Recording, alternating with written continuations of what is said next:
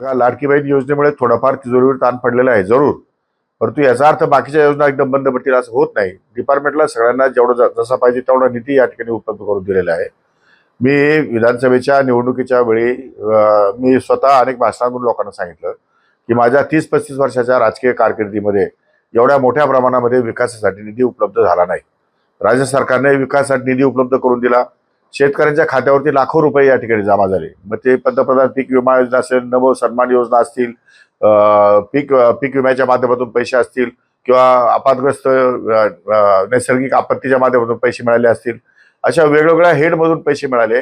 आणि काही शेतकऱ्यांना लाख लाख रुपये, काहींना 2 लाख रुपये, काहींना 50-60 हजार रुपये अशा प्रकारची अमाऊंट त्या शेतकऱ्यांच्या खात्यावर डायरेक्ट या ठिकाणी मिळालेली आहे. त्यामुळं शेतकऱ्यांना मदत झालेलीच आहे, तो काही विषय नाही.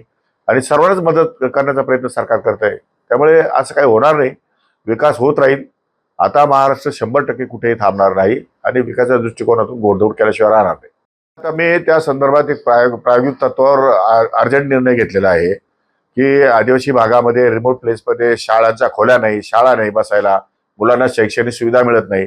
त्यात मी कलेक्टर महोदयाशी चर्चा केली आहे आणि त्या दृष्टिकोनातून एम्पथी फाउंडेशन जे महाराष्ट्रामध्ये अतिशय उत्कृष्ट काम करते शिक्षण क्षेत्रामध्ये, त्यांना इन्व्हाइट केलं, त्यांना बोलवलं, त्यांना सांगितलं की तुम्ही तुमचे या ठिकाणी इंजिनियर्स आणि तुमचा स्टाफ या ठिकाणी बोलवा. जेवढी अमाऊंट कॉन्ट्रीब्युशन या ठिकाणी आमची लागेल तेवढी जिल्हा नियोजन मंडळाच्या माध्यमातून तेवढी अमाऊंट त्यांना उपलब्ध करून देण्यात येईल आणि उर्वरित अमाऊंट ते टाकणार आहेत. अशा प्रकारे अतिशय उत्कृष्ट असं शाळा कॉलेजचं स्ट्रक्चर या नंदुरबार जिल्ह्यामध्ये उभं राहणार आहे. टप्प्याटप्प्यानं आता तर सुरुवातीच्या काळामध्ये फक्त ज्या ज्या गावांना शाळा खोल्या नाही, ज्या वाड्यापाड्याला शाळा खोल्या नाही त्यांचा विचार होणार आहे. नंतरच्या काळामध्ये पुन्हा ज्या शाळा खोल्याची आवश्यकता आहे, नवीन शाळा खोल्या पाहिजे त्यांचा विचार होणार आहे. आणि टप्प्याटप्प्याने येणाऱ्या 5 वर्षामध्ये संपूर्ण जिल्ह्यामध्ये नवीन शाळा खोल्याची इमारती, नवीन इन्फ्रास्ट्रक्चर त्या ठिकाणी उभं राहणार आहे. त्यासाठी आम्ही विशेष प्रयत्न करणार आहे. आणि यावेळी डीपीटीसी मध्ये मी सर्व जिल्ह्यातल्या लोकांना सांगू इच्छितो की अतिशय उत्कृष्ट असं नियोजन करून या जिल्ह्यातल्या सामान्य जनतेला त्यापासून या ठिकाणी लाभ कसा मिळेल असा विचार जिल्हा नियोजन मंडळाच्या माध्यमातून केला जाईल. नाही, आता जिल्ह्याच्या रुग्णवाहिके संदर्भात माहिती घेतली. मी कलेक्टर महोदयाशी पण चर्चा केलेली आहे. 108 नंबरच्या ज्या रुग्णवाहिका आहेत त्या गेल्या 20 वर्षापासून या ठिकाणी कार्यरत आहेत आणि त्यामुळे त्या नादुरुस्त आहेत, बऱ्याच बंद पडलेल्या आहेत.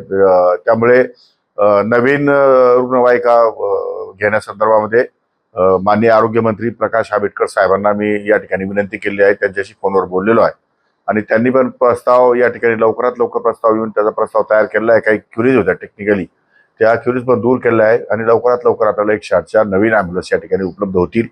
नंबर 1. नंबर 2, RMO साठी काही डॉक्टर्स या ठिकाणी उपलब्ध नाही आहेत.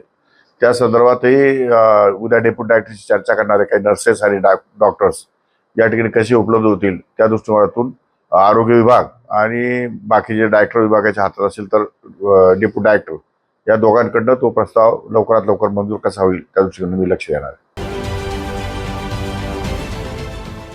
देश विदेशातील प्रत्येक घडामोडींचे लाईव्ह अपडेट मिळवण्यासाठी आता साम टीव्हीच्या सर्व सोशल मीडिया प्लॅटफॉर्मला लाईक, फॉलो आणि सबस्क्राईब करा. तसंच सर्व नोटिफिकेशनसाठी बेल आयकॉन प्रेस करायला विसरू नका.